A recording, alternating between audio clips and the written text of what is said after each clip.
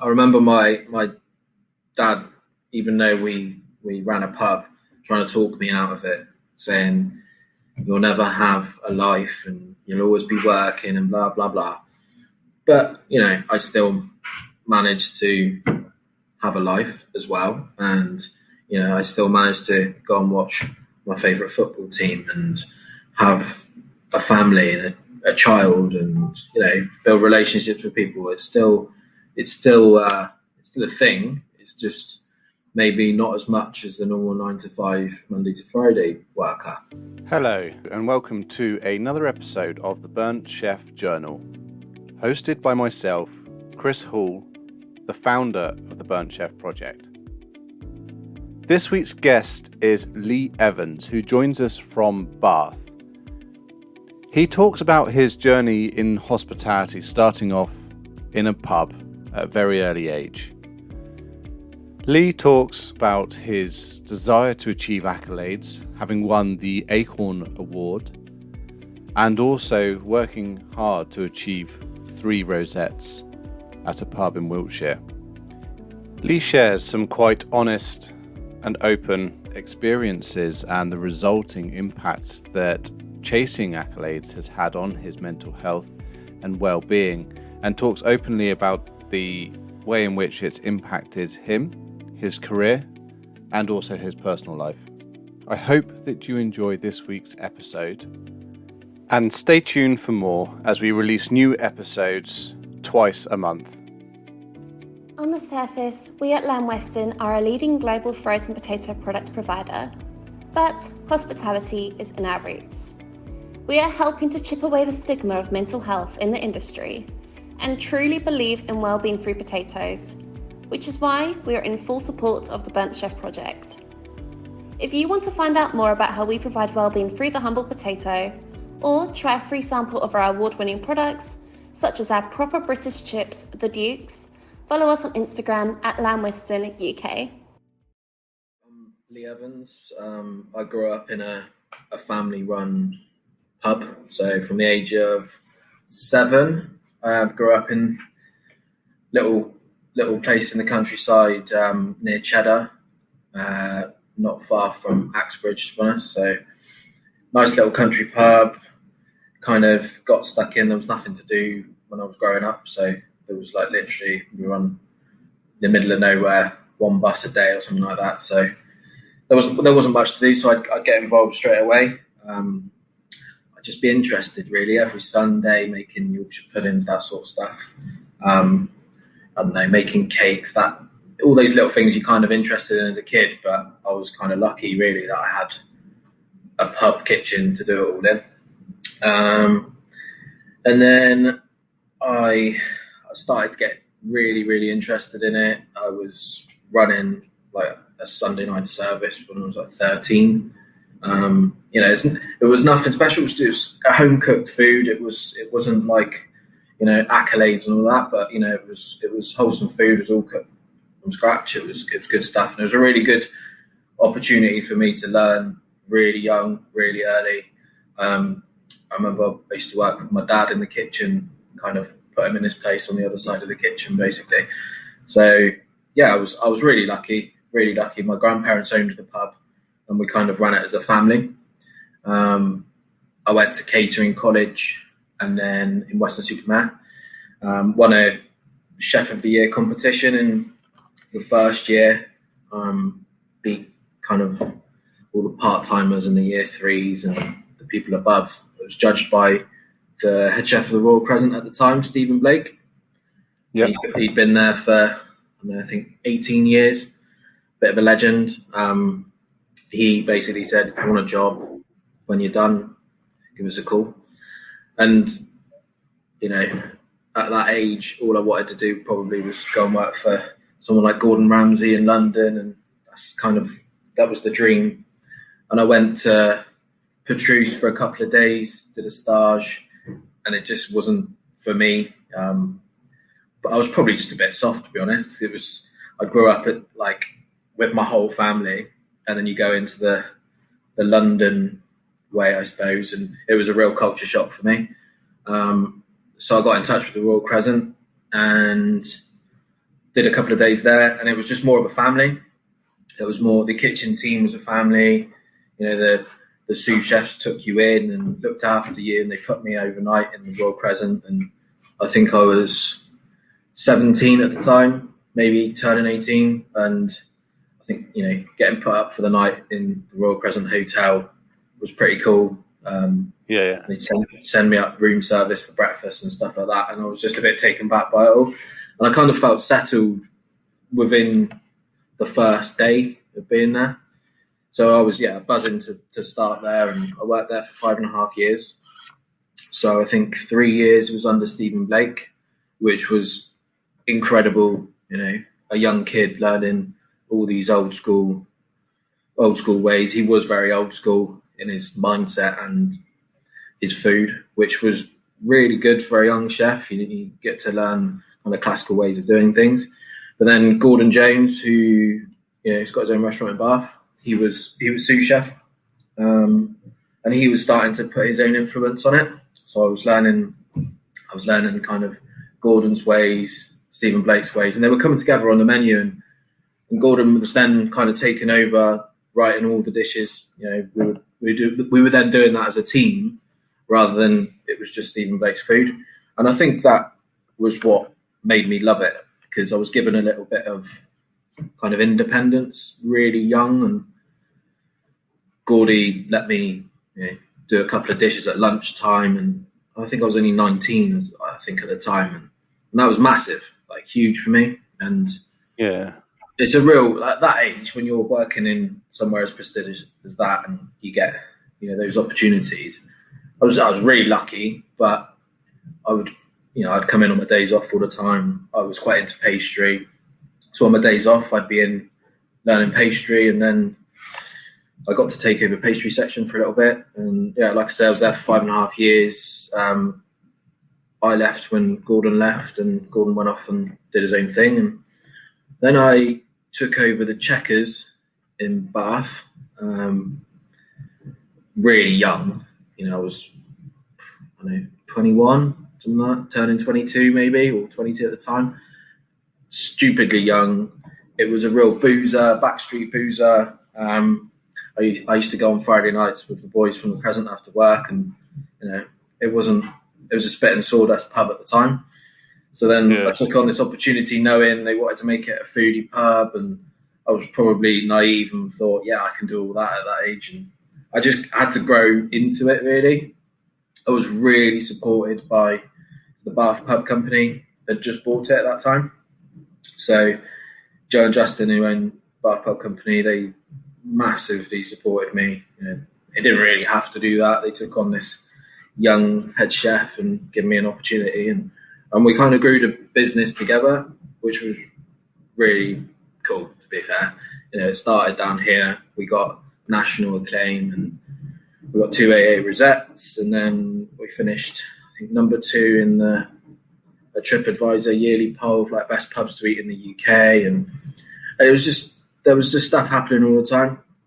And I did 5 years there, and I just kind of took it where I could take it, really. I couldn't see it going any more than that. Joe and Justin were obviously happy with where it was, but I was young and wanting more accolades and more everything, as you do when you're young. So that's where you won your Acorn Award as well, was it? Yeah, it was. Yeah, amazing. Again, I wouldn't have been able to do that without Joe and Justin and their support.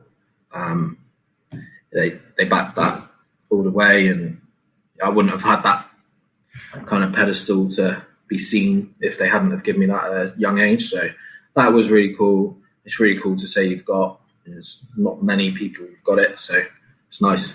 It looks nice in my lounge. I'm proud of that one.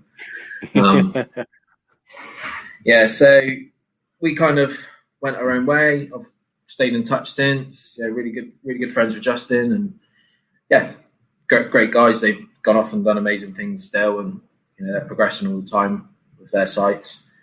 And then I kind of thought I needed to go back into a hotel as a head chef. I'd worked my way up to sous level with Gordon at the Crescent, and I just thought, wow, I need to see if I can do it on the big scale. Can I do the afternoon teas, the room service? Can I cope with all that, leading the team? And so I went to Coombe Grove in Brassnocker Hill.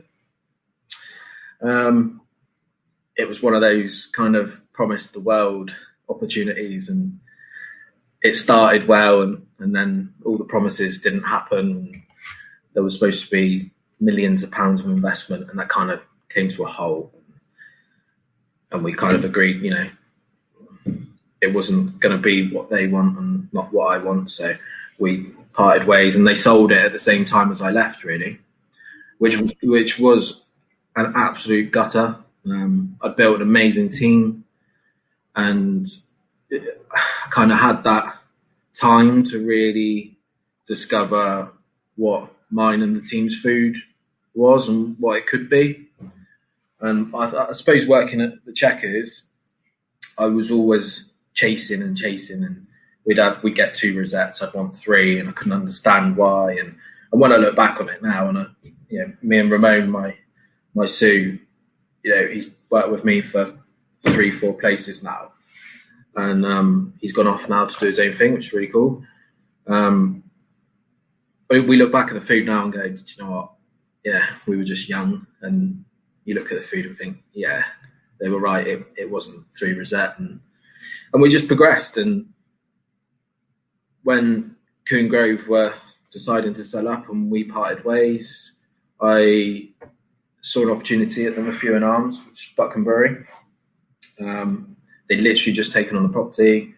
It's where I live in Corsham, and I had a whole team ready to go that wanted a new opportunity as well. So we all basically went as a team to the Methuen, and we built something amazing. It was incredible.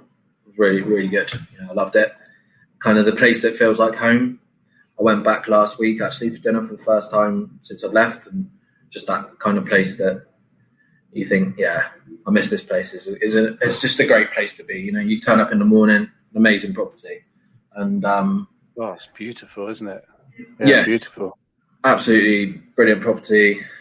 Miss it, love it, but I did what I had to do there and worked my way. Yeah, kind of slowly evolving there, and each year we'd do something else, and we chip away at it. And we got 3 rosettes, which is kind of what I'd always wanted for my career.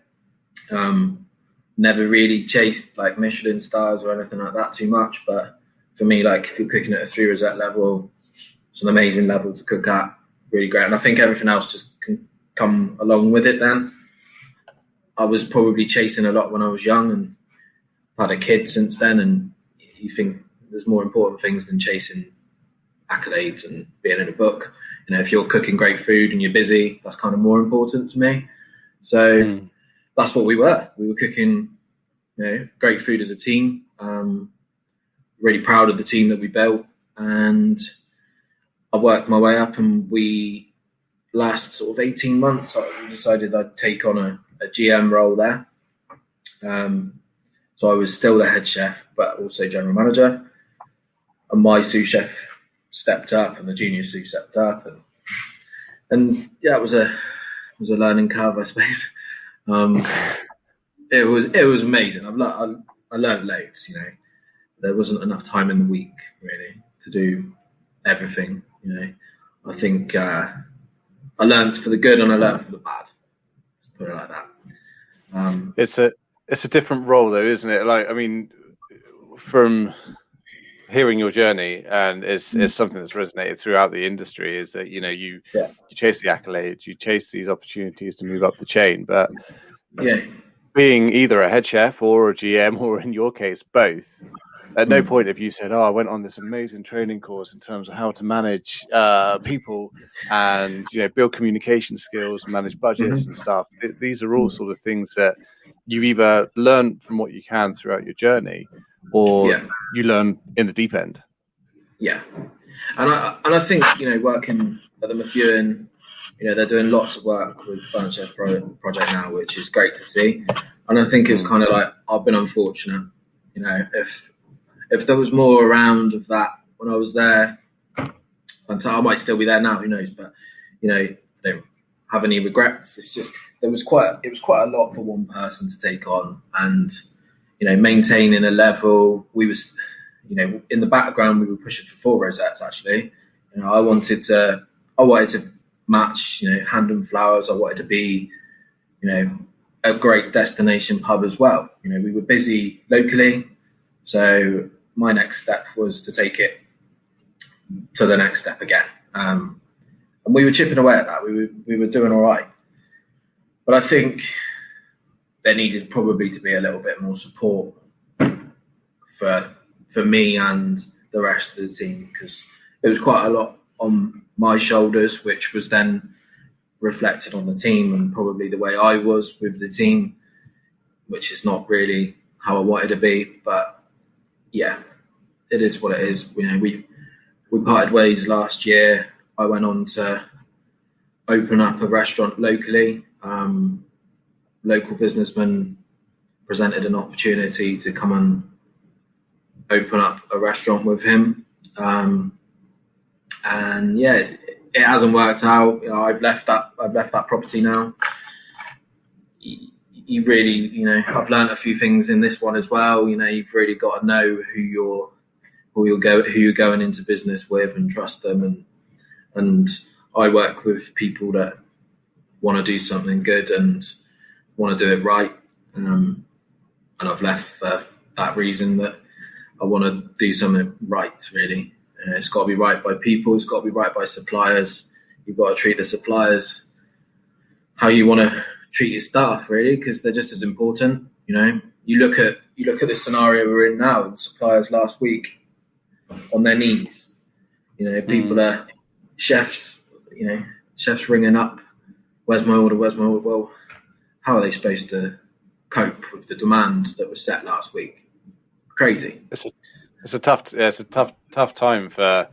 It's a tough time for the industry, especially with resource shortages at the moment and people on the front line. But having worked in the wholesalers for 10 years, you sort of wince at the thought of them having to get, because also the producers as well. It's not just the wholesales; there's a whole supply chain. It's the producers who are also suddenly having to try and predict demand where there hasn't been any. And I think that's a big thing in the news as well. All you hear in the news is about hospitality and the hit, but you don't get given kind of the structure downwards and what impact it has on everything else downwards. And for someone like me, I really like to use local suppliers. I love it, to be honest. I love supporting people that I can call my friends. And I got into an opportunity with people that weren't of the same mindset, and that was a shame for me. But there's kind of bigger things in the world, and I'm going to move on to something else, hopefully a lot bigger and exciting, and hopefully be able to support those suppliers again. Because I can call all my suppliers my mates. Meet up with them out of work, and I think that's really important when you're running an independent restaurant or pub or anything, because you're so reliant on them. If they're not supplying you with the goods that day, then you're nothing. You've got nothing. So having first-hand experience with hundreds of chefs. You definitely know who you go over beyond and above for, and who those who will scream and shout at you in order to try and sort of get you to do what they want you to do. But then it's not until sort of starting up this venture that I suddenly realized that actually those out there who are giving their suppliers a really fucking hard time, and who are, just, and let's not beat around the bush, who are being dicks to their suppliers, it suddenly gets me thinking, like, what pressure and what must they be going through in order to react like that? Like, they must be under an immense amount of pressure. Yeah. And I'm not saying that that's the correct way of dealing with things, and it's the same way as the way that you speak to your staff. You shouldn't, belittle or talk down to, or be aggressive with your staff. But also at the same time, I think perhaps that's telling us a story about what the industry is like.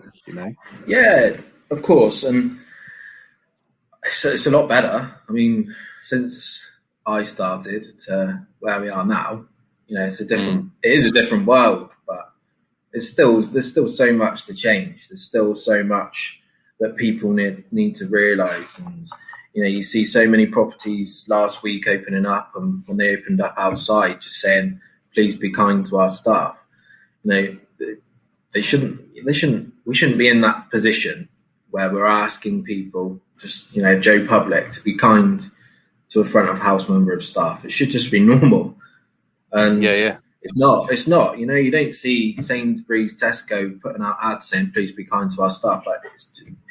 We don't treat people like that until we sit down in a pub, or we think we've kind of got ownership of it almost, and because we're buying a product. But it's the same as going shopping in retail. That we don't treat people like that, and I think that's where there's a big impact that needs to be talked about. But it also needs to be kind of, I think we like to be hospitable. Hospitality is about welcoming people and be hospitable. But sometimes, that's hard. Sometimes that's really, it's really difficult because you meet people from all walks of life, and not everyone's right and not everyone's wrong. But I think there comes a point sometimes where people are wrong, and if it's rude and obnoxious, then there's nothing wrong with pointing that out and saying, "Come on, give these guys a break," Because you wouldn't, like I say, you wouldn't do it buying your food in Sainsbury's, would you? But you see so many people in hospitality doing it. You see people, you start eating your meal, and you can hear people on the other side. And you just think, "Come on, give it a break." Don't be a dick. Yeah, don't be a dick. Yeah. Don't be a dick. Like, people are busting their balls to give you the best experience of the day or of the week, and I think that to be fair, there are a lot of the general public who do respect and who are politeful, but I think that there are those who it's sort of. I think if they were to do a day's work. To do a day's work in hospitality and then come and give us shit afterwards, and then let's see how you get on.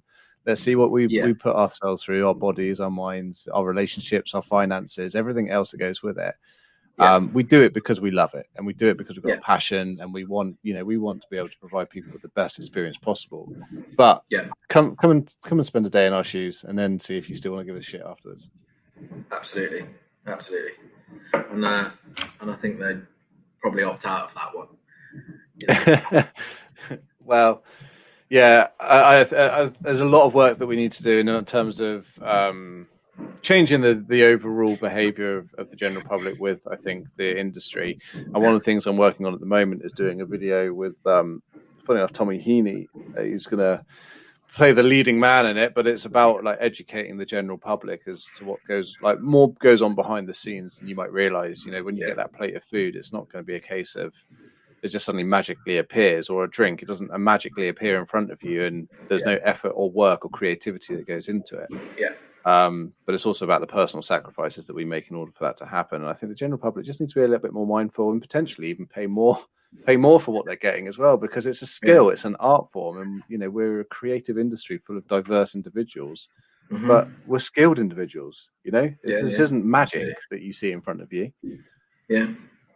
No, I totally agree. I mean, I've actually now, after the restaurant, I've come out of it for a little while. I've been given an opportunity to work with Clarence Court, Stonegate Farmers, and I've been doing some consultancy work with them for 18 months or so now, to work on their cooked egg range and getting some more products in food to go, and just adding some value, really. And they've given me an opportunity. I'm loving it at the moment.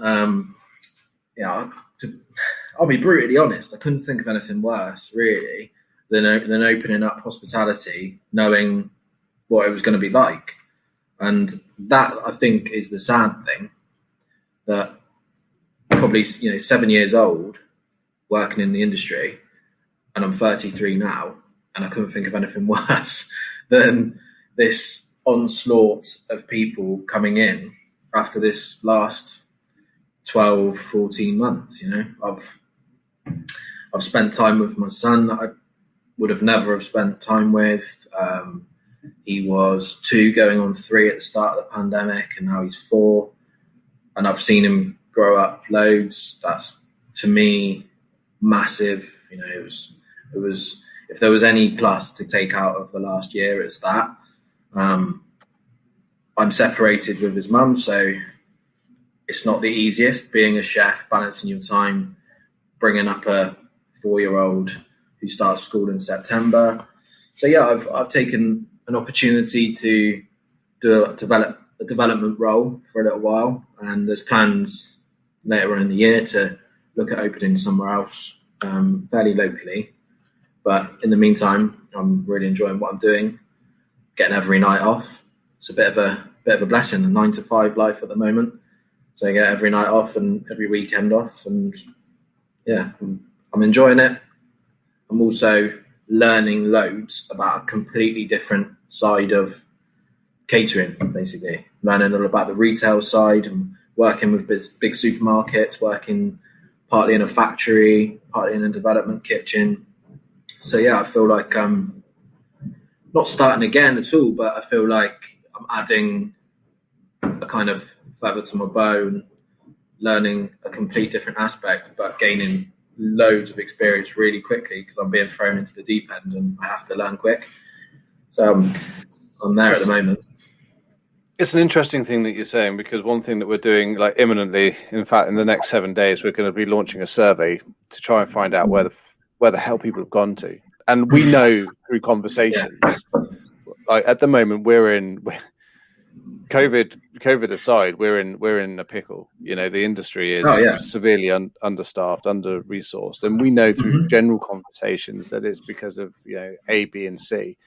But we're actually going to produce a survey to try and get around as many thousands of people as possible to put some actual data to it. And one thing that I'm quite interested in, but based on what you've said, is like if you were to go back into hospitality now, like working for a restaurant, whether it's chasing accolades or just doing good food, like what would it that you would need to see, or that you would like to see in a sort of an ideal world, would help encourage you back in? I don't know. I think a work-life balance, as I'm getting in, turning grey and turning into an old man, I think a work-life balance is really important. And I think that's important as well to attract people coming into the industry. Why should this industry be different to not all, but nearly every other industry? Why should you have to work 5 splits or 5 AFDs, or have to come in on your days off all the time because that's what the company expects of you because you're in a senior position?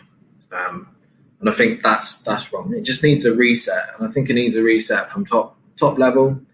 I think big boards, owners of big companies need to start seeing that people are human beings. They're not robots. And I think sometimes when you don't see, if you're part of a consortium or a board that owns a big group, for example, you don't see all the stuff that filters down to the bottom and how it gets delivered to them. And that, I would say, is the biggest thing that people need to do, and people at the top need to do. They need to appreciate that more. You're going to invest a little bit more in the people and you'll get some more back. I've seen lots of investment in properties over this last 12 months, which is great. But then you see these properties have no staff. So the customer is going to go into these properties and go, yeah, this looks great, but I can't actually get served because no one wants to work in hospitality. And I think that investment would be a lot more wisely spent on people, on more training, on Joe and Justin at the Bath Pub Company. They do a great job in kind of rewarding in terms of they do supplier days. They take people to the Barcelona, and they go to wineries and stuff like that. But those little things are important, I think, in recruitment. Why do I want to work all day with nothing other than a minimum wage to take. What else is in it? What's the scope? Where could I get to? And most companies give you that kind of structure at the beginning, well, this is where you could get to, but there's nothing in between. It's always the classic carrot that's always dangled, and there needs to be less carrots. Yeah, as much as I love carrots, generally, but less carrots in the industry, and I think we'd get on a lot better.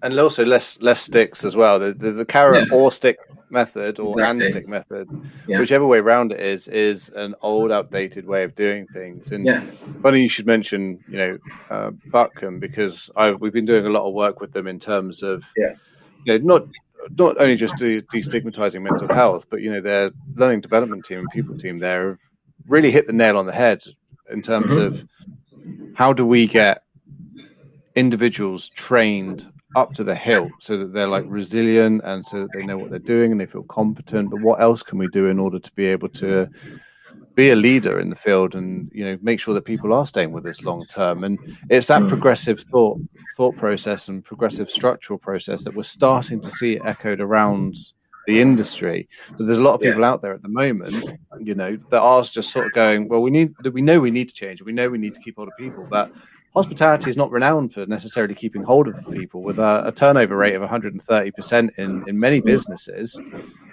they're sort of sat there scratching their heads going, oh, like, what does that look like? Like, we don't know any different. And that's where, the Burnt Chef Project is trying to educate. And it might, simple changes, like you talk about work-life balance, cut down the number of covers that you do. And people were like, but we'll make less money, but then you won't be paying as many staff. The staff that you have got will be happier because they'll have a more capable workload, and then the profit margins will still stay the same. So you'll still be effectively making the same sort of money, but you'll just have a happier and healthier team that will stay with you for longer, and then you can duplicate that across different models. Yeah, absolutely, and that kind of goes back to what I was saying from coming from the top. People at the top, they see numbers, and that's all they see. I worked in a busy property where you would get text messages from people above.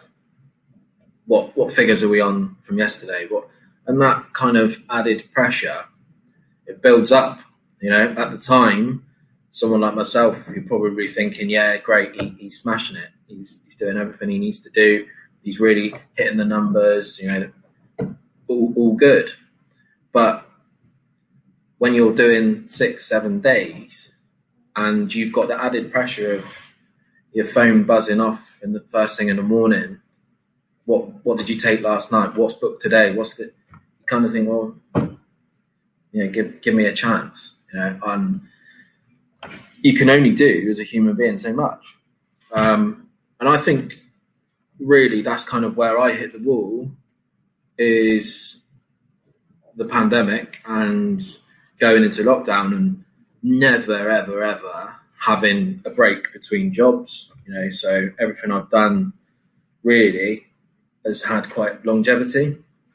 And then I've gone 100 mile an hour into the next project and the next project. And I think stopping kind of made me go, okay, that wasn't right. That wasn't damn right. And, that I hold my hands up, the stuff I've not done right, and why would I do everything right? But there's a lot, I think, that could have been done, not by my employers, just my employers at the time, but I think nationwide, you see different companies that let staff go, before they even gave furlough a chance. And I think there was a lot more support that needed to happen then to their teams, and they would all be in a better place now. Because those people at the top, they carried on working.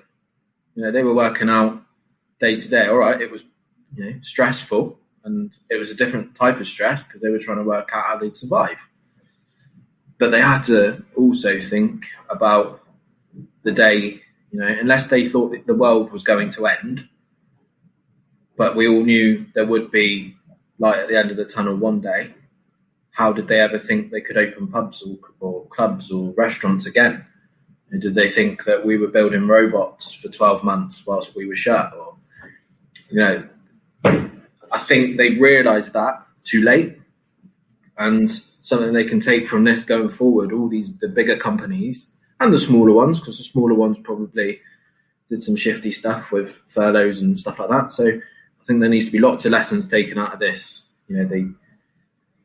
You see the government saying they're going to have their investigation into everything. Hospitality needs to reset as well and have their own investigation into why are we in this mess now? Why are chefs leaving? Why has someone like me gone, actually, I'm gonna cop out for a little bit because this is a bit rough. There's a reason, and there needs to be more understanding. It does. Yeah, I mean that's one thing that we'll address with this survey, and we'll choose some guidance off the back of it as well. And I think the businesses that did look after their staff throughout furlough, and did things like the well-being check-ins and use the services that Burnt Chef Project produced as well, I think are the ones who are coming back with perhaps a 5, 10, 15% dropout, but they're not like looking at completely restaffing from the start again. And so I think those businesses are the visionaries, and I'm quite happy to recommend any business that I know that did do that, because I think the employers like that do need the staff, and I know that the people that go in there will be well looked after. So, but you talk a little bit about sort of hitting a wall. I mean, the COVID furloughs and stopping for the first time was tough for a lot of people. But I mean, what was your experience? Perhaps if you just start from the first few weeks of someone who's been chasing accolades and been working their arse off, ever since they got into this industry. What was that first couple of weeks and a full stop like for you? Well, I think it was a build up to that, to be honest, for me, and just overworked, over invested mentally in one thing where I should have been able to have the time to be able to see everything in life rather than just tunnel vision.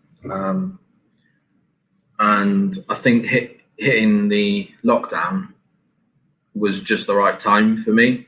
I think it might have been a bit worse if it would have stayed open, and I think the wall I would have hit would probably have been a bit bigger. So I think lockdown was just the ending of something that was built up for a long time. It gave me time to actually realise as well, because when you're so invested in something, you don't realise your tunnel vision. I'd go to work. I love the property, still love the property. I love the people I was working with. And I think for me to let my guard down felt like I was letting my team down. So, we discussed off this mental health and where I've been at and where I am at. And, I would say that most of my team had no idea what I was personally going through, because, I don't know, you try and be that person at the top that's invincible and he's got everything. And they don't, at the end of the day, they don't want to look up to their leader thinking, this could all go to shit in a minute because he looks on edge about something. And I think you just hold it together, and with the help of medication and all these things that keep you ticking along that kind of no one knows about, you then feel like, right, I've got this. I can, I'll take a tablet once a day and that'll sort me out. I won't lose my shit today, or I won't have a wobble today, blah, blah, blah. And you do, and you get through each day. And then that builds up and it builds up and it builds up. And you get to the point then where you don't see anyone. You're in a lockdown at the beginning, was proper lockdown, and you were locked in your house. You could only go out once a day and blah, blah, blah. And spend time with my lad and watch him grow up. And then you think, do you know what? Yeah, it wasn't right really. And then you've got to kind of do something more serious about it, I think. And it's not just a case of going to the doctors saying, "Yeah, don't feel great. I need some tablets." It's then, what can you do yourself? What can I do personally that's going to help my old noggin? And I think that I was coming to that realization that unless I was going to get more support in my current role, I wouldn't be able to do it going forward. It was too big for one person. And I try and keep myself busy through lockdown. So I would go, we had a kitchen garden that I'd put in on my first year that was just like really flourishing by then. So I was keeping that maintained, as my daily thing to do. So I would pop into work and do that. And then I look back at it and I think that probably wasn't helping, popping back into work every day to do that, seeing progression, but not being able to open. And then also really what I could have done is just switch off totally. And that probably would have helped a lot more.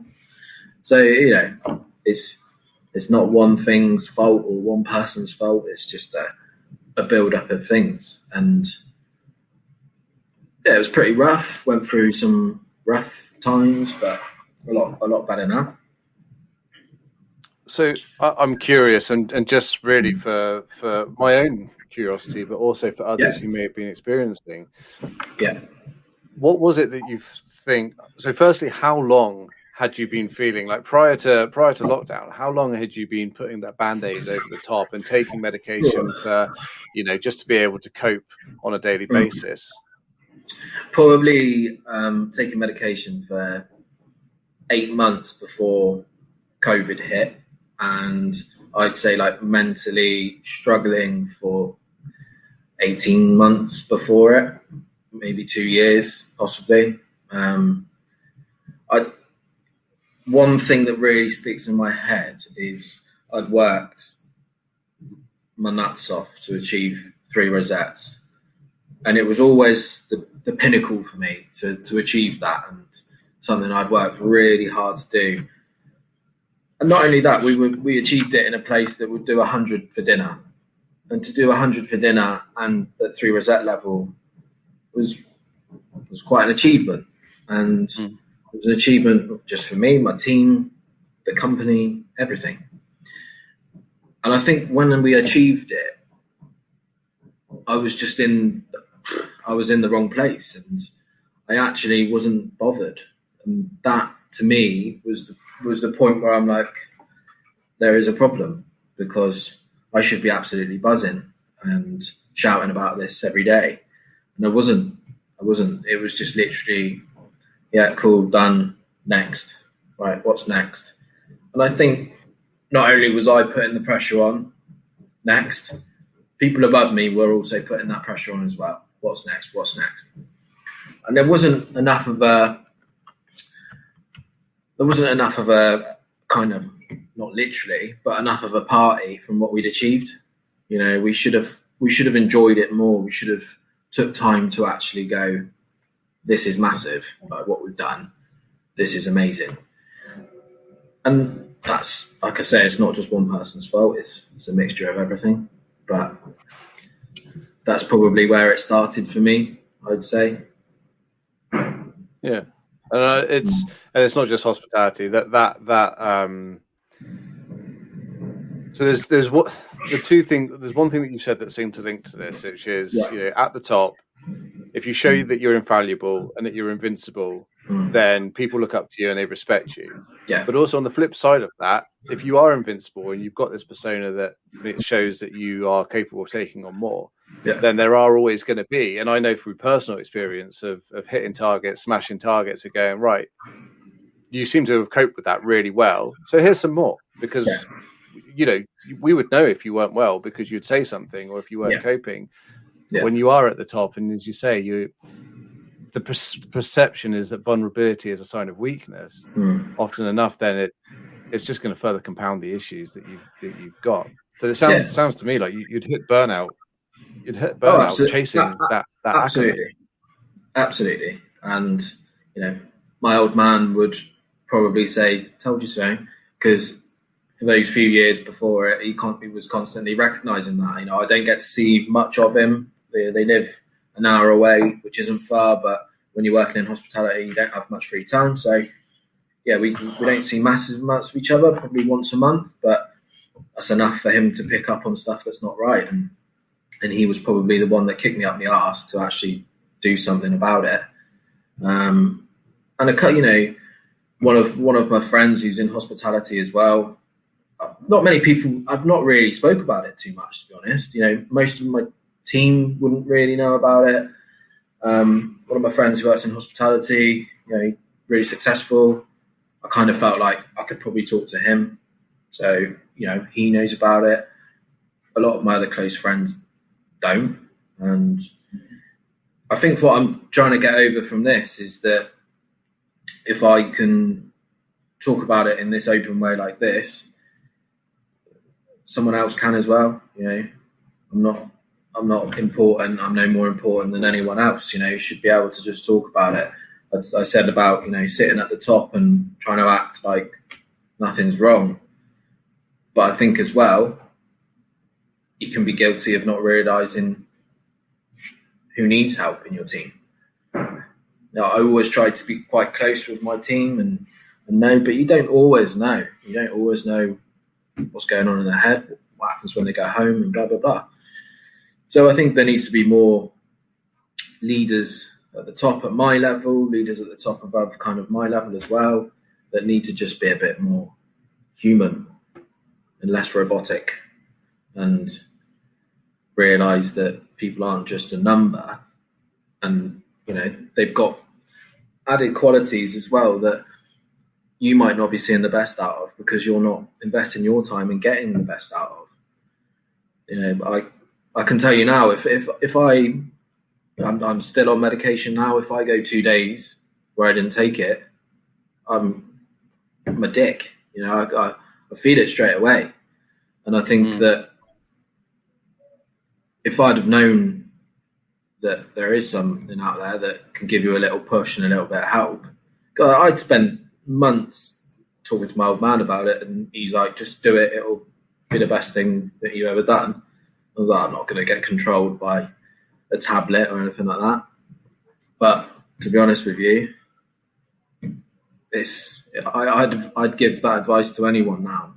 You know, don't shy away from it. Don't be embarrassed. Don't think that you're weak because you've had to go and get help. No, I've heard so many people in the industry, some people I work with, that see it as like a weakness, but is it? You know, does it make me any less of a man? Is it going to make me cook worse? No. And I think people need to open their mind a little bit more about it. And you know, and if it's as brutal, then it's brutal. It's life, isn't it? Life can be brutal, but you know, you might pick someone that's not the best person to speak to, and they don't know how to deal with that. But then I think you've then got to move on and try and find someone that does understand it, because there are lots of people in life that don't. And probably I was one of those. You know, when I was in my mid-20s, I probably thought, what's all that about? You know, people are talking about depression and stress, and really, but then boom, you've got no control over it at all. And it just hits you. Sneaks up on you, doesn't it? It's a sneaky little sod, because in your head you think, no, I'm fine. Like, but then you'll start noticing that you might be drinking more, or you might be turning to drugs, or you might be having angry outbursts, or you know, in your case, you might not feel anything. You know, when you should be elated, and it's not until you get someone who points it out to you that you go, oh yeah, I didn't realise that. Up until that point, that's your personality. That's how you slipped into it. But it does take an event, and you know, I'm glad in your case it was a case of you speaking to a family member and them sort of pointing it out to you. But you know, in many other cases around this industry, people just don't do that, and they take drastic measures. You know, I mean, I've been really lucky that partner that I'm with now, my girlfriend now, has been ridiculously supportive. We've only been together a year or so, a year and a half, something like that. And she's only known me in that kind of mentality, and fair play, she stuck around and she's helped me massively. And I've told her things probably that my own family don't know, my own friends don't know, and that's important. You need good people around you, and it's more important than food and cooking and bits like that. And that's kind of where I think I just got a bit self-obsessed, really, as well, where I was. And at the end of the day, I'm not saving anyone's life. Doctors and nurses, you see them the last 12 months, what an amazing job they've done. We're just cooking food. We are just cooking food. And it has to be put a bit more like that by people that get self-obsessed. You're cooking dinner for someone, and then you're no different to your granny who used to cook your dinner. Or it is all right. You want to be the best. You want to do the best you can. You want to get a reputation, be known, and I think I've at some amazing places, and the places that stick with me are places where the chef's the most humble and chilled out and willing to come out and have a chat or walk you around the kitchen and just be normal and just realise, actually, he's a chef, actually. Yeah, let's talk about something we've got in common. And there's not enough of that. There's not enough of that. There's a lot of people that they think they're somewhat special on a pedestal because they've got 2 Michelin stars or 3 Michelin stars, or it could be anything. It could be no accolades. It could be nothing. But I don't know. They've got this perception that I'm a chef, so I need to come across like a bit of a dick. And it's a lot less now. Like I said earlier, it's a lot less now than when I started, but it's still out there. It's still out there. It's where that pride starts to then become an ego, and the ego, as you say, you get blinkered and you end up actually losing sight of not just in what's important, because there's different things that are important to different people. For example, if you are chasing an accolade and you're feeling challenged and it's not too much and you don't feel like you're sacrificing, your security or your finances, or, and you've got a good team around you, then you might feel like you're perfectly healthy in terms of physical and mental health. Yeah. But it's where you start to find that detriments you, and you lose sight of the peripheral as well, because as you just said and pointed out like eloquently, is that you perhaps were unaware of other people who were going through something similar to yourself, and one, showing vulnerability helps those people open up about this particular subject matter, but two, because you're so laser focused on something, you actually probably miss quite a few signs that could make it easier for your team to perform better, because if you address those issues and help those people, then the chances are that they'll perform better and they'll be with you for longer. So it's I get sick of the sound of my own voice sometimes, always talking about mental health, being like, mental health is a big key focus, and people are like, oh, here he comes, he's going to be talking about mental health again. But if we realize that actually this is the pivot point, if we can make sure that our staff are not just mental but physically healthy as well, then all of a sudden they're happier, your business is happier, your customers are happier, your profit margins are happier. It's such a simple, it's a simple target, really. I'm not going to say a solution, because it's different for each person and each business, but people are your key asset. You can take down the walls and the people will still come to visit your establishment, whatever shape or form it's in, because of the people. And absolutely, and I'm that's kind of, for me, the most important thing, the people. Like I said, I've left an opportunity that some people will be thinking, is he mental? Like, he's walked away from something that could have been so amazing, but I can do it again. Do you know what I mean? It's I could go and open somewhere else and do the same again. It's got to be right. I took a few people of the team with me, and I wanted best for them. And my sous chef had been with me for 7 years. He's gone off to be head chef now, place of his own in Cheltenham. And yeah, I'm just really proud that he's gone off and he's doing his own thing. And I hope to work with him again one day. You know, I spoke about, I've got a potential project coming up later in the year, but again, we'll only do that if it's right. I've kind of had a taste for it now and know what's right and wrong. And yeah, I've left for the right reasons, and that's to protect people, not me. You know, that's in some people's eyes might damage my reputation, but I couldn't care less really, because I've gone out doing the best I can for my team, and yeah, that's the most important thing. And now I get to see a little bit more of my lad and actually see friends that I've probably neglected for years, which has been nice. Actually, it's been nice going out the last couple of weeks as hospitality's opened and seeing what people are doing, and going out with friends and realizing, oh yeah, I quite like you. I remember I liked you, and it's refreshing. For 7 years, but exactly. Yeah. It's refreshing. It's also nice to go out to hospitality, because when you're in it, you don't actually get to go out that much. You don't get to see it much.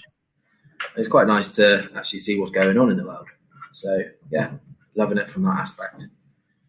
Oh, good on you, man. And I appreciate that you've been able to come on here and talk about your own experiences as well. And I know even the term mental health or mental illness is a struggle for some people to say, but calling a spade, I think I genuinely do think that if you ever have experienced a mental health issue, then it's a superpower, because all of a sudden you're more acutely aware of something that's so prevalent within this industry. And in fact, the people who have had mental health issues and are still dealing with mental health issues are probably actually your best option. And you should be employing these people, because the chances are we're the ones that can actually help you improve your business.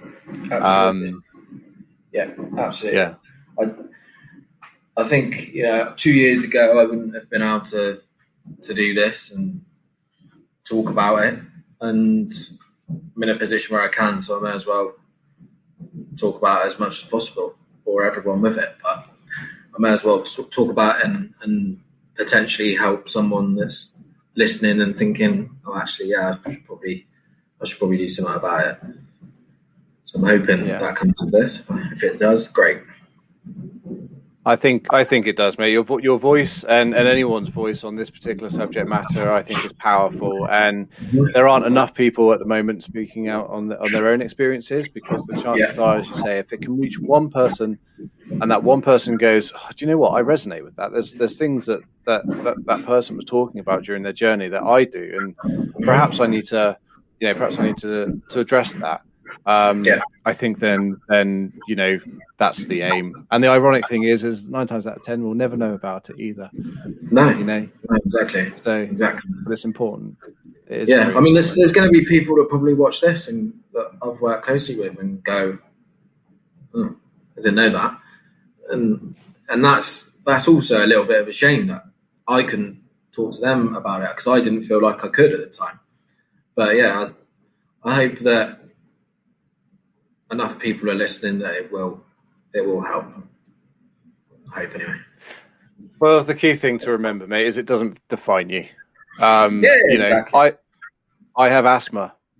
Yeah. At the end of the day, do you go, oh, that's Chris, he's got asthma, his lungs don't work properly? No, they go, oh, he's founded the Burnt Chef Project, or he's a guy with blonde hair and blue eyes. That's what defines you. Yeah. But and mental health is no different to physical health. It's so what? I experienced bouts of anxiety, and I've been depressed in the past, and I've had a personality crisis where I didn't know which way was up or down, or what who I was. But you wouldn't look any differently at you, or you wouldn't look any differently at me. No. It's not what defines you. It's your actions in life, and the things that you say and do that define you ultimately. Yeah. So big ups to you to be able to talk openly about it.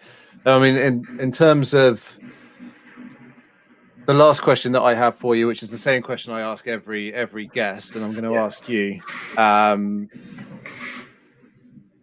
is if you were to give some advice to that sort of 16-year-old or back even earlier when you started in the kitchen, if you were to give some advice to a younger version of yourself, what things have you learned along your journey that you'd be able to say to a younger version of yourself now?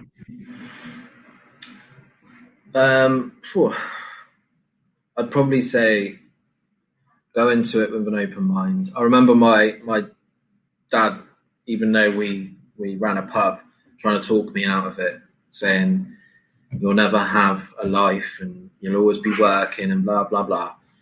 But, I still managed to have a life as well. And, I still managed to go and watch my favourite football team and have a family and a child and, build relationships with people. It's still a thing. It's just maybe not as much as the normal 9 to 5, Monday to Friday worker. I think there's no industry like it in terms of a team. If you find somewhere with the right team, there's literally nowhere like it. You'll do anything for any of the individuals on the team, and you'll do anything for the business that you work at. I think that's important, is finding a chef, a head chef really, that wants to invest their time in you. I found that I was really lucky. And if you're willing and bright and ask loads of questions, you'll always do well. And I think you'll know, in an interview, you'll know if that chef wants to invest his or her time in you. And I think, follow your gut instinct. Don't just go to one place. Ring multiple places, send emails to multiple places. Can I come? If you're young and not currently in a job, what's the harm in going and doing a day to open your eyes to it, or let them see what you're like?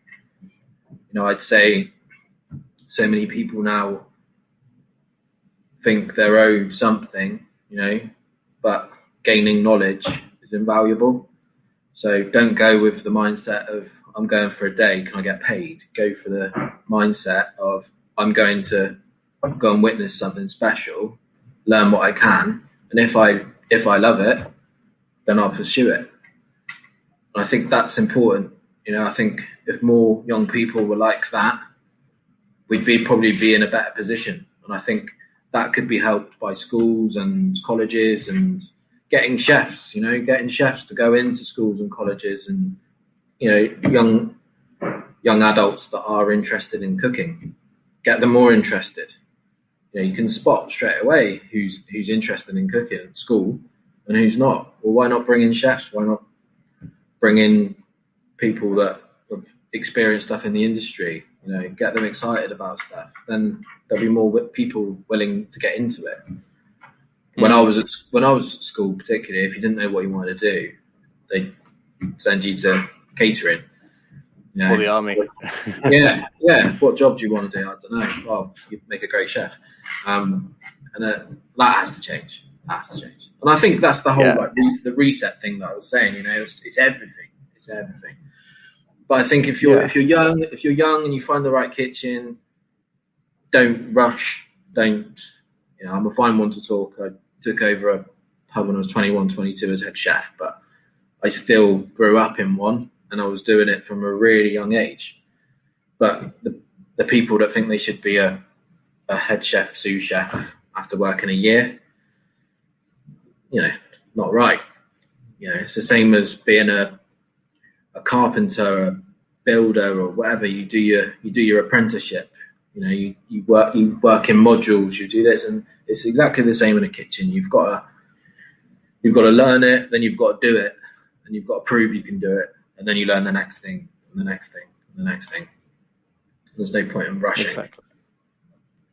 Yeah, and don't be in a rush as well. And I think one of the great things about this industry is that front of house, back of house, if you phone up a business and be like, look, I want to come and work with you for a day or a week just to gain some experience and see what you're like. Yeah. And, the great thing about this industry, and it's not like any other industry I've been in, is that you can do that, and then you can get a taste of different things, build up. Like if you were to work in 6 different places over the course of, say, 6 months, you've got such a diverse idea then in your head of what a good employer looks like, what a bad employer looks like, what sort of food you want to do, what sort of team you want to be part of. And then you can make a conscious decision so that when you do walk into a building, you can smell what you need and what you want from a mile off. Absolutely. So yeah, like we should use that to our advantage, like massively say, especially now when people are looking for staff as well. Like you get to try businesses at a time when they're busy, but also at the same time when, you can really see what their metal's like as well. And test them during, and also provide some assistance to an industry at the moment that really needs it. Yeah. Without any risk of detriment to yourself, like, because you can't just walk away at any particular point. Yeah, absolutely. Absolutely. That's a good answer, mate. I like that a lot, and you covered a lot of bases in that one. So thank you very much for it. And I guess, I mean, for me, I'll be keeping an eye on your next projects and keeping in touch. And if there's anything else that you fancy sharing or that you'd like to add on to this, we can add it onto the notes. And thank you very much for your honesty and your transparency and sharing your story as well. Absolute pleasure. It was good to have a chat. I hope you enjoyed this week's episode of the Burnt Chef Journal. We'll be back again next week with another episode, but in the meantime, if you wanted to learn more about the Burnt Chef Project, please head over to our website, www.theburnchefproject.com, where we have a range of merchandise which is designed to create awareness. We offer training modules, we also provide support services, and also you'll find access to our online app, which is free to use internationally. Do feel free to give us a follow and a like on social media, and we'll look forward to seeing you again next week.